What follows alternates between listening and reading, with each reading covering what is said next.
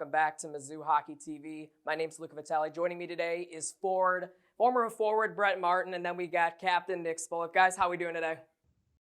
Good, man. Doing great. All right. So, Brett, obviously you're a forward, former forward that is, on this team. Just sort of talk to the audience. Who are you exactly? Yeah, so my name is Brett Martin. I played for Mizzou from 2019 to 2023. So I just graduated last May of 2023. I was fortunate enough to play with Spoles for the last 2 seasons. And I currently work as an AP analyst in the Chicago area. So I'm back in Woodridge, Illinois here just doing my thing. All right, excellent. So let's sort of just dive right into this MACHA Championship. So the Missouri Tigers now back-to-back MACHA Champions. And this time around, it's a little bit sort of different round. We'll get to that in just a little bit. But the Tigers now are an automatic bid to the national tournament next month. And once those pools get determined, we'll let you guys all know. But rather, what happens is the top 16 teams within that top 25 ranking, which we've been talking about all season long, will be divided into 4, and each pool has the 4 teams. So 4 pools, 4 teams, which will be announced probably the week before the tournament starts. So, Nick, let's start with you here. The minute that in that MACHA Championship game against Kansas, when that clock hit all zeros, what was the emotions like? Yeah, it was a unique experience for myself, at least, and for Nate, because we were both actually off the ice when it happened due to an ejection. But needless to say, it was an incredible feeling. Just so much joy, happiness, and just achievement, getting the job done. Felt amazing to get on the ice after the handshakes and get with the team and celebrate accordingly. But the feeling of winning a conference championship is never any different than the first time, and it was an amazing feeling for everyone. Just so pumped that we got the job done. We worked so hard the entirety of the weekend and the entirety of the season leading up to it. But with that, we're obviously celebrating and happy, but we know there's a lot more work to do, and we're not satisfied whatsoever. I'm glad you mentioned the ejection between you and Nate. Obviously, it sort of fills the story ending with against Kansas, longtime rival Kansas. Can you just sort of talk to us? Because it looked like during the game, like tensions were sort of starting to boil, but then towards the end, they really did boil over. Sort of talk to us. What was going on within that last couple of minutes of the game? Yeah, emotions were really high. Obviously, it's a rivalry, and especially in a championship game, both teams are competing really hard. Both teams are wanting to win and wanting to establish a physical presence in any sort of way they can. So, inevitably, things get a little rough. Everyone was good after the game on our end, and it's just a part of the game, so it happens. And we took it and ran with it, and we were just happy to celebrate the championship afterwards. Brett, you were on last year's team that accomplished the same feat, and I spoke to Eli Baumstark last week about something that was different with this run and then something that was similar. Let's take a listen to that. Last year we kind of had a little bit of an underdog, at least, look about us. We weren't the same team we were, just with our cohesion that we have this year, but I think internally we all knew that the number 8 ranking really didn't do us justice for how good we actually were, and obviously we proved that winning the MACHA Championship. So this year just proved that we are the number 1 seed and get rid of all the doubters. Okay, so that's what Eli had to say about the similarities and sort of differences with this year versus last year. So Brett, do you agree with Eli? Yeah, I definitely agree with Eli.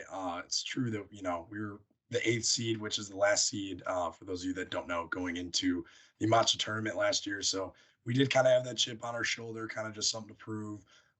Going in, beating teams like Arkansas and then Nebraska to win the final, and that tournament was awesome. The Arkansas also kind of developing into one of our big time rivals, with them being a very, very competitive team in this league as well. So yeah, that was definitely true. And it was good to see. I was able to, watch all the games this weekend, whether that be Mizzou and the other teams in the MACHA, because I just love following along with it. But I was able to watch all those games, and it was awesome to see, how they have proved all year long that, they deserve a number 1 seed like that. And they were able to demonstrate why they were there and why they were ranked number 1, and, why we deserve that trophy back. So proud of all the guys, and it was awesome to see that. Yeah, and Nick, as a back-to-back champion yourself now, MACHA champion that is, I mean, last year was the first time in program history the team won its first MACHA championship, and now it's back-to-back. Just sort of talk to us, how difficult is that to accomplish that? How difficult is it? Yeah, it's an incredibly difficult thing to do, and I think that just speaks to the guys that we have in the room, just how much passion they had and how much desire they had to win. We, like I said earlier, we worked so hard the entire year, and just we knew that we had that goal from the start, and we wanted to defend our title, and we were able to do so um, just through a lot of hard work, dedication, buy-in from everyone. It just feels a little bit different this year, obviously.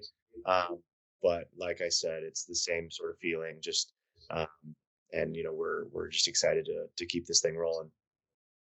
Yeah, and obviously you want to continue this going on, but there are two common themes that I think most people notice within these three games. The first theme was just a really rough second period in all three games. UNO got within one, Kansas got within two, Arkansas tied you guys in the second period. So rough second period, and then the second one is the amount of shots you guys got on net. And I got the numbers right in front of me. 77 against UNO, 41 against Arkansas, and 65 against Kansas. So, Brett, just your initial thoughts on the amount of shots they were able to contribute their entire total throughout the tournament. Yeah, I mean, it was awesome to see that kind of offensive firepower, especially coming into that first game. It seemed like they were going to be relentless all the way through. I think it's pretty natural to kind of slow up as the game goes on. Guys kind of get into the groove of, we're here, we're winning, all the shots going in, all the shots, in on a goalie like that. It kind of, you let back naturally a little bit, but it's definitely something that going into nationals that the guys I'm sure will work on. You want to tighten up and not be letting in those goals in the second and third periods. Give a team a chance to get back into a game like that. So definitely great to see that we close it out all three games, but something I'm sure that'll be a main point of the focus as well moving into nationals back in St. Louis here in a month. Yeah, and Nick, going back to that sort of concept of rough second periods throughout the tournament, how do you guys sort of fix that up so that way you guys play a full 60 minutes and you guys could play the best of your ability?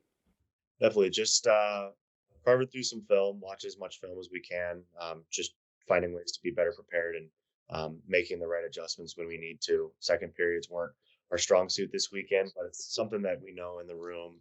And as a coaching staff, I know that they can help us fix and that we can fix and be better prepared going forward. So not a huge worry, but definitely something that stuck out to us that we're going to have to work on and make sure that we improve on.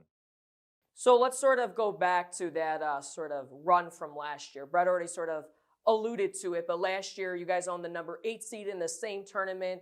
You beat WashU, you beat Arkansas, and then you beat Nebraska-Lincoln in a thriller in overtime from Henry Casson to earn the first MACHA championship in program history.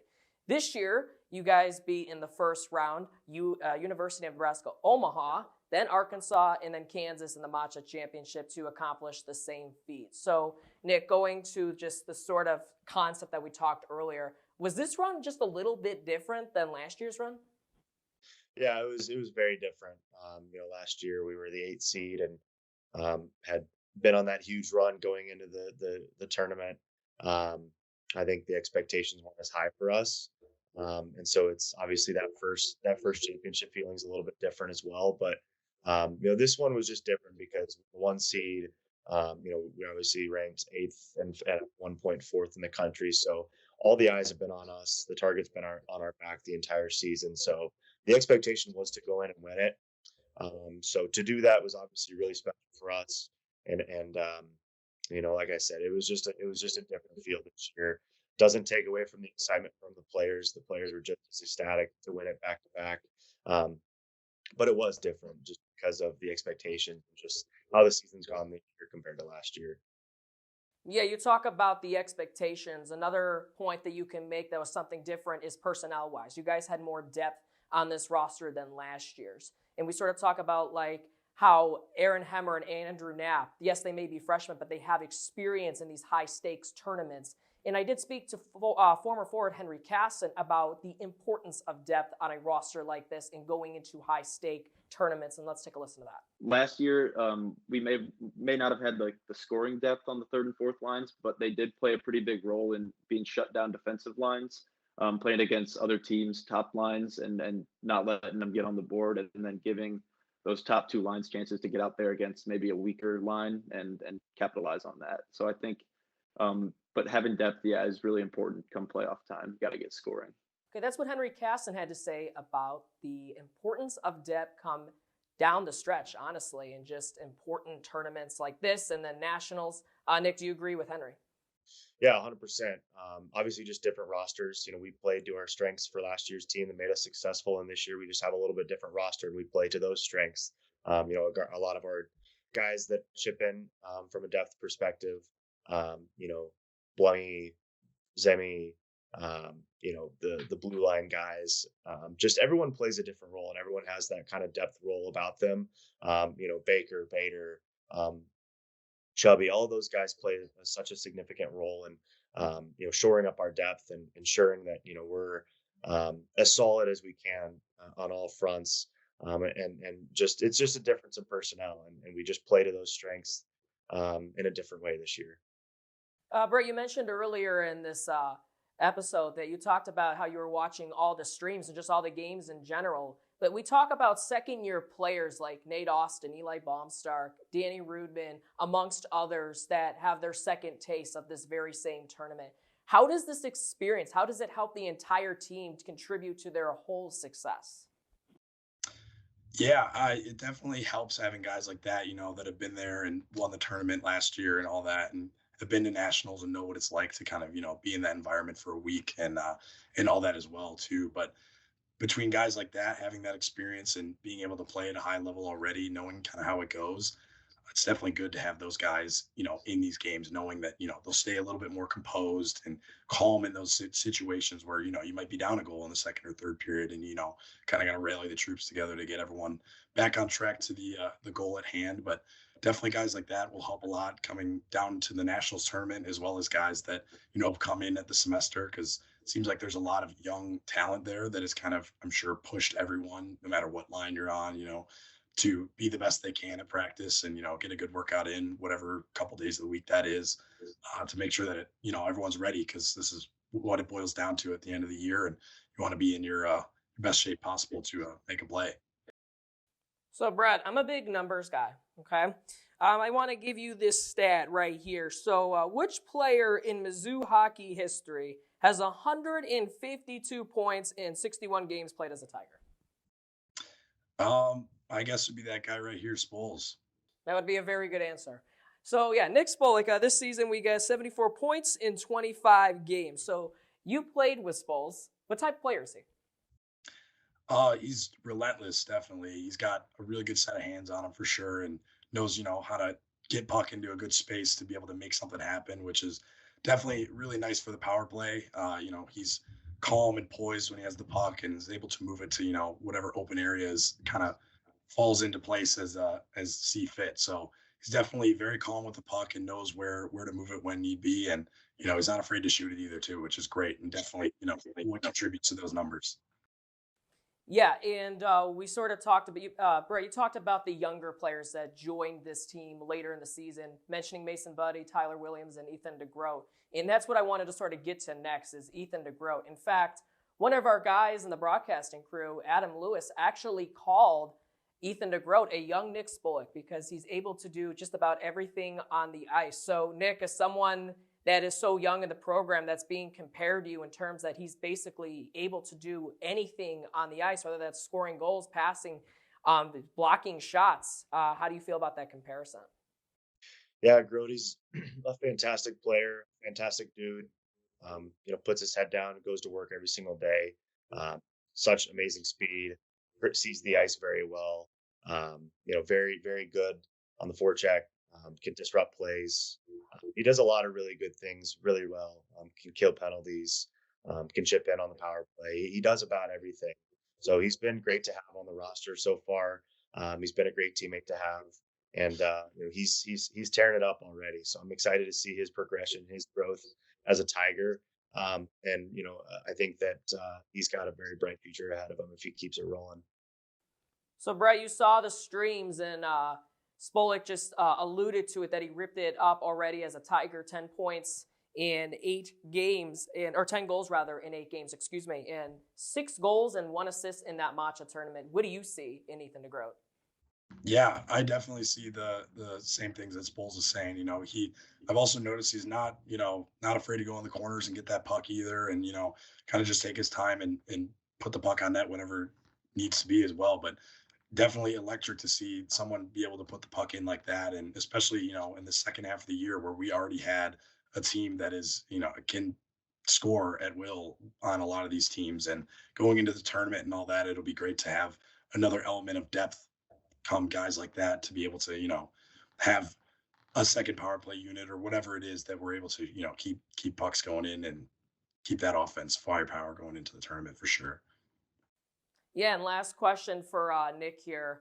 With the automatic bid already to the Nationals, you guys have 2 more series left in Nebraska-Lincoln. You got Miami of Ohio, and then that border war against Kansas. So we sort of got a preview of that this past weekend in the MACHA Championship. But what's the plan for the rest of the season and before March? Just keep doing what we're doing. We're going to be working really hard the next couple of weeks preparing for nationals. Obviously, we have a couple games against Nebraska, Miami of Ohio, and of course against Kansas for the border war, which we're extremely excited for.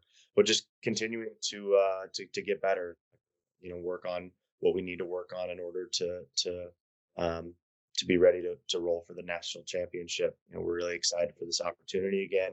We don't take it for granted. We don't take any of this lightly, but our nose is going to be on the grindstone. We're going to be ready to roll.